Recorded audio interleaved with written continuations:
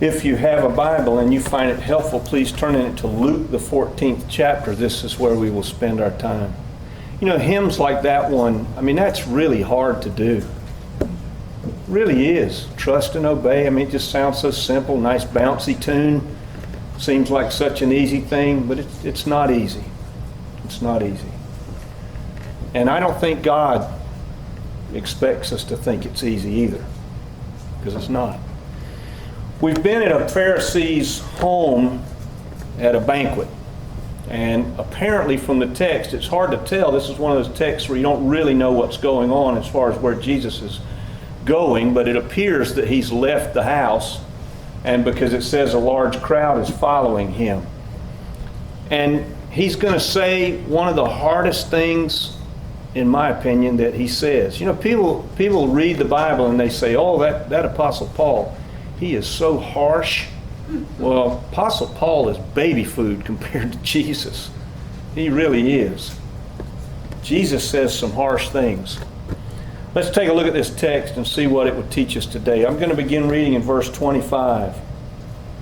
Large crowds were traveling with Jesus, and turning to the crowd, Jesus said, "If anyone comes after me and does not hate his father, mother, wife, and children, the brothers and sisters, yes, even one's own life, that person cannot be my disciple.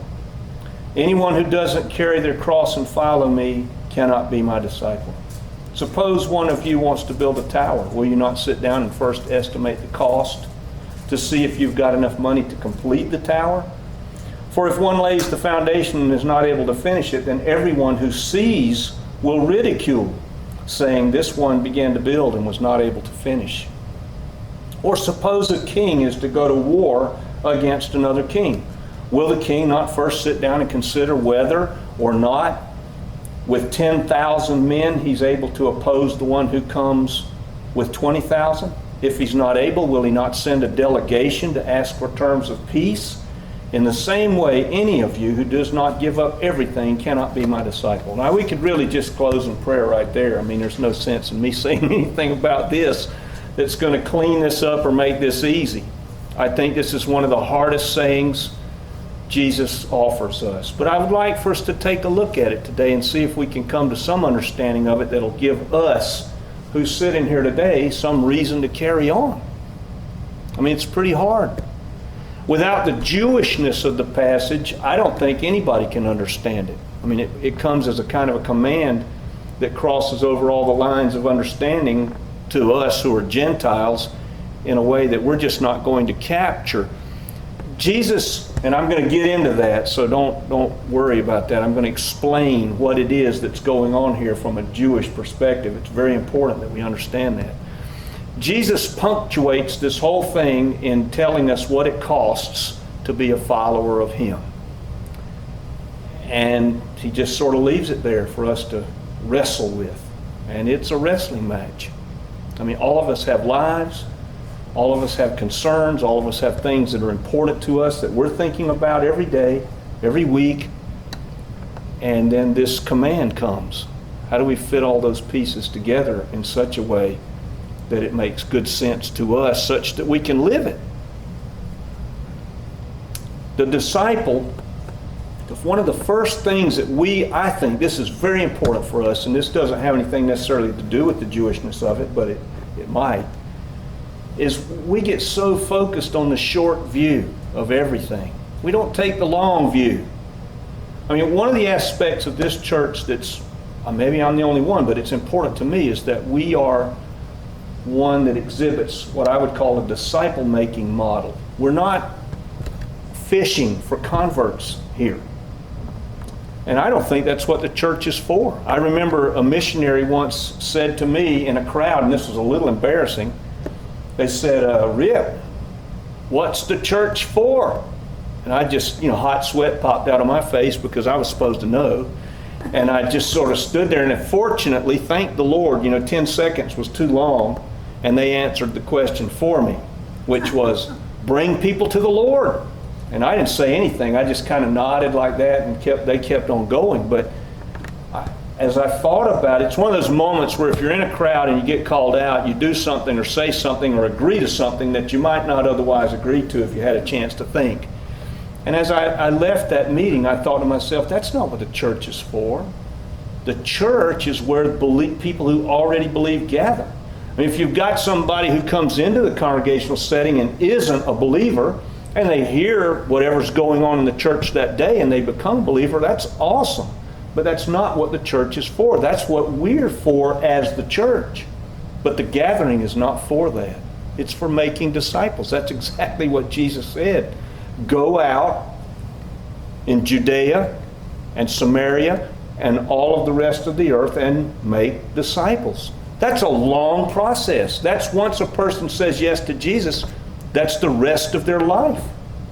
We're still doing that. I am. I don't know about the rest of everybody. I'm assuming that the fact that you're here says to us all and to God that we are about continuing to become disciples. Now, one of the problems with a text like this is it's not helpful for church growth at all. It's not. I mean, if I just read it, and let's say there were 5,000 people here, and you read a text like this, just what happens to Jesus is going to happen to them. The crowd's going to thin out a little bit. Because when we hear things like hate parents, throw away everything, give up everything in order to be my disciple, that's not going to sell. Just not going to sell. And it paints a picture here that has been abused in the past. In the Middle Ages, this very text was utilized to do terrible things. Even as far as close as the 19th, 18th, and 19th century, John Ruskin. You know that Ruskin School down here? Everybody knows what that is, right? You know what the Ruskin communities are? Does everybody know what that is? It was a commune. John Ruskin started because he read his Bible and said, they looked at the book of Acts where everybody was sharing everything in common. He started a commune, a Christian commune. It failed because that doesn't work. Most people would like to earn something for themselves instead of putting it all in one storehouse and everybody just getting one ear of corn. I would like to have two. Well, you can't. If you're in a commune, you have to share everything. John Ruskin was in a class, and somebody in his family, when he was a child, gave him a pogo stick, which in the 19th century is a big deal. And when it was found out that he'd been given the pogo stick, it was taken away from him by one of his teachers because they said, we can't have that. That's frivolous. And so the pogo stick was taken away. He never forgot that. John Wesley, the brother of the great hymn writer, Charles Wesley, who John Wesley preached 40,000 sermons. That's a lot. When he started a school for children, they had no holidays and no playtime. He said because child's play becomes grown-up play. That's not much known about John Wesley. And further than that, what's worse is this very passage was utilized in the Middle Ages to justify the thumbscrews. If you weren't really behaving as a believer, you would be taken before the magistrates who were also linked to the clergy, and they would apply the thumbscrews until you learned how to behave. Or they might burn you alive. Whatever it took to get you to recant whatever it was they didn't like that you had done, they were going to do that. People were tortured into, I guess, believing. I mean, I don't know how that works. You know, you either are a believer or not. I don't know how you can torture somebody into that. They forgot that this very passage is predicated on one thing. The whole of the kingdom of God operates on only one compulsion. Only one. And that's love. That's the only compulsion there is love. They forgot that. Now, when it comes to being a disciple, it comes down to a volitional choice. You and I are making a choice by being here today. But I want to ask us, all of us, to ask ourselves the question, do I really want to be a disciple? That's a legitimate question. I mean, that question doesn't fit today's me gospel at all.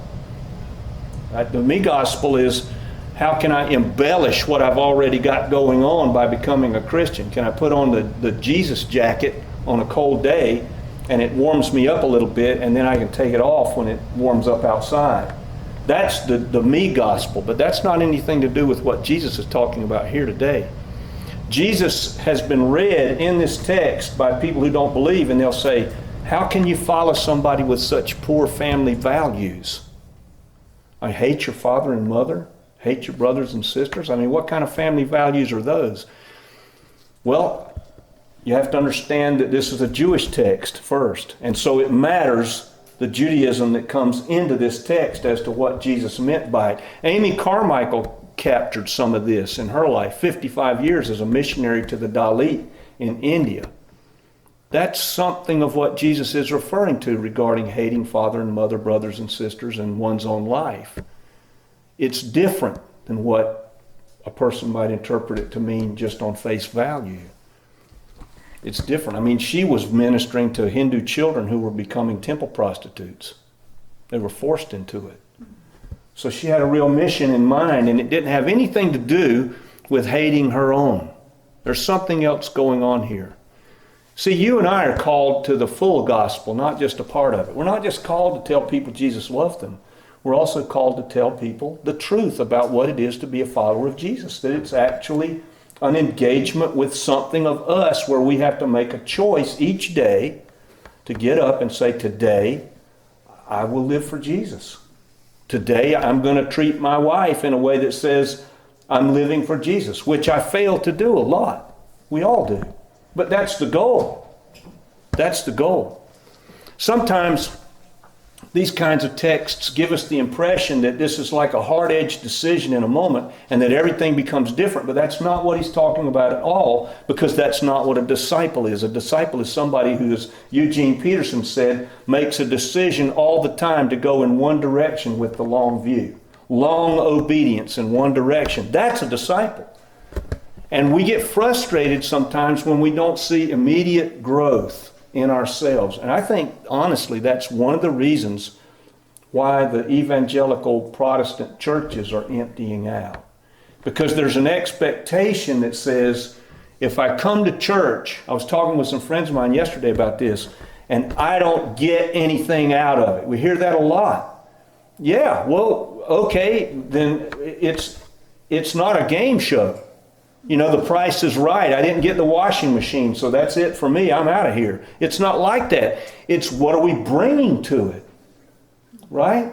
I mean, we have a Sunday school class in here, and the Sunday school class is predicated in its success on just one thing. That is that everybody participates. If it's just me up here droning on, blathering on about some subject matter that's interesting to me, it's not ever going to have the effect on us unless we're willing to bring something. So there's a cost involved. That is, we make a choice to say, I'm going to get in a car and I'm going to drive to wherever and I'm going to be with these other people, many of whom we might not choose as our best friends all the time. But we're commanded to gather. So when we don't see immediate results from that gathering, sometimes we say, you know what? I'd rather just not show up. And then that turns into a few weeks and turns into a few years, and pretty soon all of the life that the Lord has emptied out, and the person becomes just as secular as anybody else. Church of Scotland has a wedding admonition, and I have used this in every wedding I have done. I copied it so that I would have it, because I can't remember. When you're doing a wedding, you can't remember anything. I mean, I can't remember much of anything that I said when Becky and I were married, except I knew I promised something. That's about it. But I don't remember a lot else, you know. I remember her walking in. She was very pretty. But that's all I remember. I mean, the rest of it's just a blur. I mean, did I get married? I guess I did. We're still together. But I use this because it's so potent for me. The Church of Scotland admonition goes this way. I've used it in every wedding. Marriage ought not to be entered into lightly or unadvisedly, but thoughtfully, reverently, and in the fear of God. Boy, if we lived our whole life like that, with that sitting in front of us, life would be very, very different, I think, in our interactions with ourselves and with other people. What troubles could we avoid if we just lived life like that? If everything we did we entered into reverently and in the fear of God. It would change everything. C.S. Lewis says it well. He says, if you're on a journey and your journey is to reach the top of a mountain, a lot of the time when you're going up, he said, sometimes the path takes you further from the top. It looks like you're going the wrong way, but the one path that takes you to the top is the only one. There's only one path.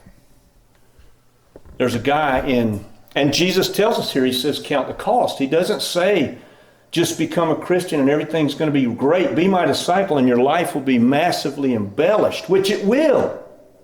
Talk to anybody whose life is shipwrecked. Think of somebody in your life that you know has a shipwrecked life for whatever reason, for addiction, for whatever, lack of industry, whatever you can think of, and think what it would mean to them if they just became born again and the Spirit of God lived in them. It would change everything. It always does. But there's a cost. This is the part that we tend to leave out. And the cost is not just a thing or not just some things, but everything. Now, I got to tell you, I don't really understand what that means fully in my life yet, what it means to hand everything to God. I really don't. I'm doing the best I can, but I don't fully understand what that means. There's a guy in Scotland, and you can look this up. His name was McCaig. And in the 19th century, he started a tower. He was going to build this structure. It was like a Colosseum-shaped building. And he was going to put his family in statue form in the building. It's called McCaig's Tower. And he did it with a good turn of heart. He wanted to provide work for the stonemasons in Scotland when the season was slack, when they didn't have work. He was a generous guy. He was a believer. And then, of course, he ran out of money and then he died. And the thing never got finished. And it's called McCaig's Tower. And it's like a living testimony to just what Jesus is talking about here. I mean, he's saying count the cost and make sure that what we've stepped into, we're willing to follow to the very end. Do we count the cost? A lot of the modern preaching doesn't mention counting the cost. And I think that's a good reason why a lot of modern preaching doesn't produce disciples. Let me just quote something here for you from Winston Churchill. I want you to think about where we are in our country right now with regard to elections, with regard to preaching, with regard to church, with regard to all of this, and listen to Winston Churchill. He gave this address at the height of the bombing in World War II, when bombs were falling on London. On London. He said this, I would say to the House, as I have said to those who have joined this government, I have nothing to offer you but blood, toil, tears, and sweat. We have before us the most grievous ordeal. We have before us many months of long toil and struggle. You ask me what our aim is? I can give it to you in one word, victory. Victory at all costs. Victory in spite of all terror. Victory however long the road may be. Victory and however hard the road may be. For without victory for England, there is no survival for England. We shall not flag or fail. We shall go on to the end. We shall fight in France. We'll fight on the seas and the oceans.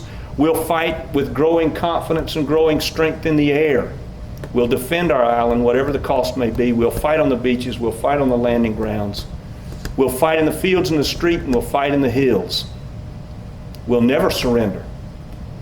Then let us therefore brace ourselves to our duties and bear ourselves that if the British Empire and its Commonwealth lasts for 1,000 years, people will look back on this and say this was their finest hour. Now, I don't know if you've been watching the debates, but have you heard anything like that in the debates yet? I don't think so. Have you ever heard anybody talk that way from a pulpit? I don't think so. Why? Because it's not going to sell. Who's going to elect somebody that tells you something like that? Gird up your loins and prepare for a hard road. Nobody's going to sign up for that. So what does it mean then to be a disciple? What is Jesus talking about? There's a Jewish aspect to this, and this is how it works. In the Near East, in Judaism and the Near East, anytime a teacher wanted to make a point, they used this kind of hyperbolic language. Hating father and mother. You can't find anything in the New Testament where we're told to hate our parents. Not in that strict sense of really hating them. Jesus is using this language to make a comparison, to say, when you say yes to follow me, it really means something. And it's so severe that it's like hating in this way. But then again, we've got the gift of the fact that each day for us is brand new. Every day is brand new. Socrates was walking through Athens. And this is, Plato writes this. I don't know if this happened, but it sounds kind of neat. Socrates was walking through Athens, and one of his students comes out of a brothel, steps out. And there's Socrates, his teacher, standing there on the street looking at his student who comes out of the brothel. And of course, the student's rather embarrassed, just like any of us would be. I mean, if I walked out of a brothel and one of you were standing on the street, I'd be pretty embarrassed about that, And Socrates says to the student, don't be embarrassed to come out. He said, it's the going in that's the problem. The coming out is the start of a new day. That's a good thing. And that's what Jesus gives to all of us. It's hard to follow Jesus. It is. I think about this all the time. Anybody in this room, I guarantee you, if I asked you to think for just a few minutes, you could think of something in your life that you might otherwise like to be involved in, that because you follow Jesus, you have to say no to those things. Everybody has that.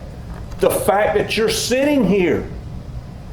Before I was a believer, one of my favorite things to do on Sunday morning was watch Charles Kuralt on Sunday morning. I just thought that was the greatest show. Sit there and sip coffee and in my underwear. There's a disturbing mental picture. And watching Charles Kuralt as he went on about some interesting story that I would forget by the afternoon, and then wait for the next Sunday morning to come on and see what he would talk about. But I deny myself that, just like you have today. Denied yourself some things. But each day is new. Every day is new. It's not the going into the bad things. That's the part that we should feel bad about. It's the coming out is the good thing. Always. Spurgeon told of this conversation that a believer had with Satan. And it's made up, but it's pretty neat what he said. He said, Satan came to this believer and said, you know what? He said, I'm living as good a Christian life as you are. And the person didn't know for a moment what to say back. What do you say? I mean, it's kind of true, right? I mean, we're all failing. And then the person said, yeah, but he said, I do deny myself. And that was the end of the conversation. Satan never does. Hardship comes and goes in our lives, and it's going to come. It's coming to some of us right now, and it's going to continue to come. Kind of like Winston Churchill's speech. But even though that's the case, it's not just empty suffering, and it's not just a drudgery.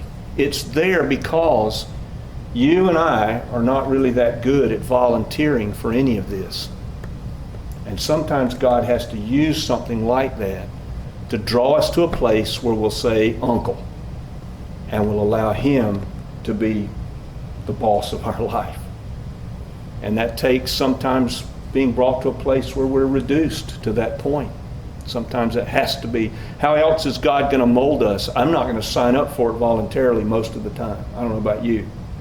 Most of the time I'd like things to just go on nice and smooth and no problems. Plenty to eat, plenty to drink, good air conditioning, all that. And God allows things to come just so that He can mold us. Paul says He bears in His body the marks of the cross. The stigmata is the word. And he's not referring to physical marks at all. He's referring to the fact that He has denied Himself in some ways such that it's seen.